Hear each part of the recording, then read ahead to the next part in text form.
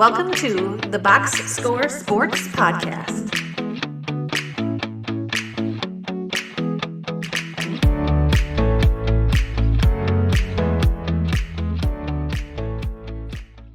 Okay, beautiful. Okay, let's talk about your Tampa Bay Buccaneers. They were 9-8 last year. Favorite move that the Buccaneers made? Jason Light's individual boat parade.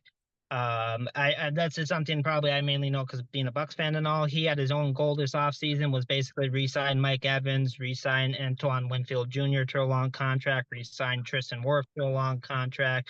Basically, it was to get their own guys to stay home. And then they added Jordan Whitehead, who was on Tampa a couple years ago, and he was pretty solid, and he played well for the Jets. I love that. They didn't do much, but they re-signed their own guys, and I thought that was a great move. Yeah, I had the re-signings down as well, and I will also say I do like some of the little moves they made. They went on and got some guys, but they didn't overspend on anyone. So some of the little moves to help their secondary out, got a little bit of offensive lineman help. I like those little moves to try to help their team out. Okay. And how do you feel about that? What have you heard about that Jalen McMillan, the third round pick wide receiver? Everything I read is he's been a stud in camp. He's been, everyone's saying he's looking really dang good. For deeper, like longer, like dynasty leads, I think he's someone you stash on your bench because I think he's going to be the eventual replacement for Godwin. There's nothing but praise going on for him. Nice. Okay, I like it. Okay. Let's see here. What's your least favorite move?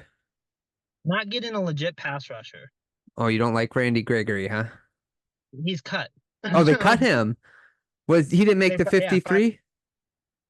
No, they cut him before that because he wasn't showing up to camp anyways. Oh, when I did the research, he was still on the depth chart. No, he's been cut. Okay. So they have they're to me they're too much relying on potential, and that can be concerning because if potential doesn't happen, then what are they doing? Like Judon, as much as I said you have to be concerned about that age group, had for what, a late round pick. So like I would have loved him for him to do that. Heck, I wouldn't mind them going after Hassan Reddick or whatever his name is for the Hassan Jets, Reddick, yeah. Yeah. So that's my least favorite move. Yeah. I'll just agree with you, I guess. My least favorite was Randy Gregory, but since he was cut, good job for them. That's a green flag then. That's one of my favorite moves. They cut him.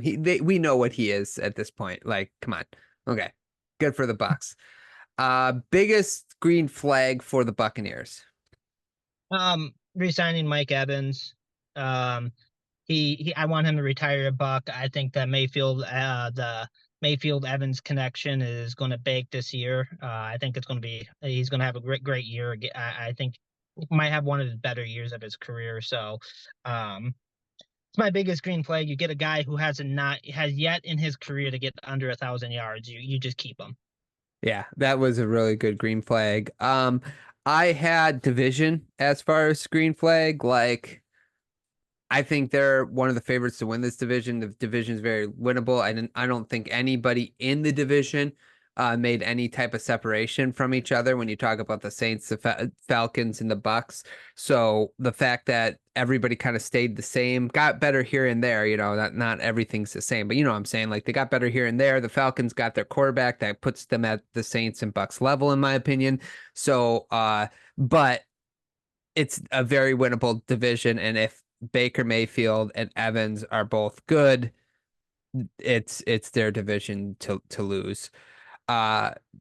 Biggest red flag. Oh, and real quick, their secondary. I really like their secondary as well. Okay. As a green flag. Okay, biggest red flag. Relying on potential. There's a couple spots they don't have a proven person in. Cornerback number 2, Zion McCollum. I love his potential. You're going to hear a very common theme among these next couple of words, by the way. Yaya Diaby is an outside linebacker. I loved what he did last year, 7.5 sacks. I love that he looks, everyone's saying he's looking like he's going to be amazing this year. Again, relying on potential. Chris Braswell out of Alabama was a solid pick, but he's going to be a rookie pass rusher. Kalijah Cansey looked really good last year, but again, relying on potential. I just don't like relying on potential. There's no for sure on that. They're just relying on these guys just to get better. They didn't get a proven player, but sometimes it works out.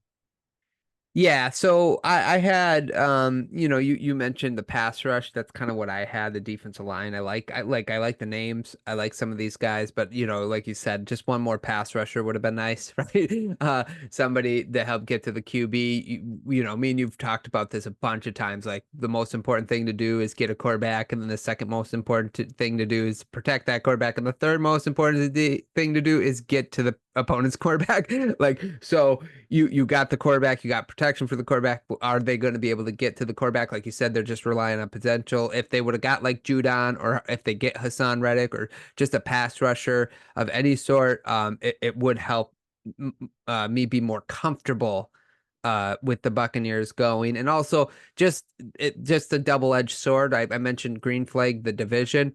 It's also a red flag because they too didn't create any separation. So they're going to probably win it. Somebody's going to win it like the last 2 weeks of maybe last 2 or even the last week of the regular season. I think this division's going to come down to one of the last couple games of the regular season, which they do play the Saints the last Sunday of the regular season. So that could be a playoff game. I think the NFL botched that. It should be playing the Falcons, but that's a different ball game. Well, I don't know is why ain't the last 3 weeks all division games? They should all last 3 weeks should be all division opponents. That would be cool. Yeah. Okay. Fantasy go to?